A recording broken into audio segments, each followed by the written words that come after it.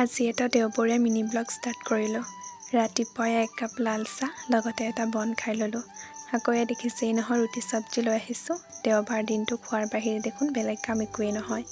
আজি আহিলে মহাই কিবাকিবি বস্তু লৈ আহিলে।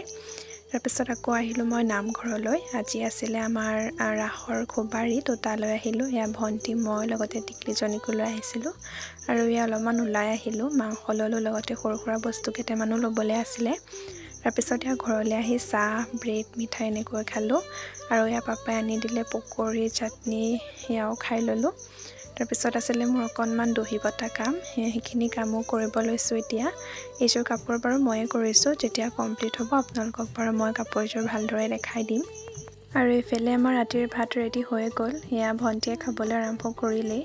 তো আজিৰ মিনি ব্লগটো ইমানেই আছিলে। মিনি ব্লগটো শেষৰলৈকে চোৱাৰ বাবে বহুত বহুত ধন্যবাদ। আকৌ এটা নেক্সট মিনি ব্লগৰ সৈতে আপোনালোকক লগ পাম। আজিলৈ আহিছোঁ।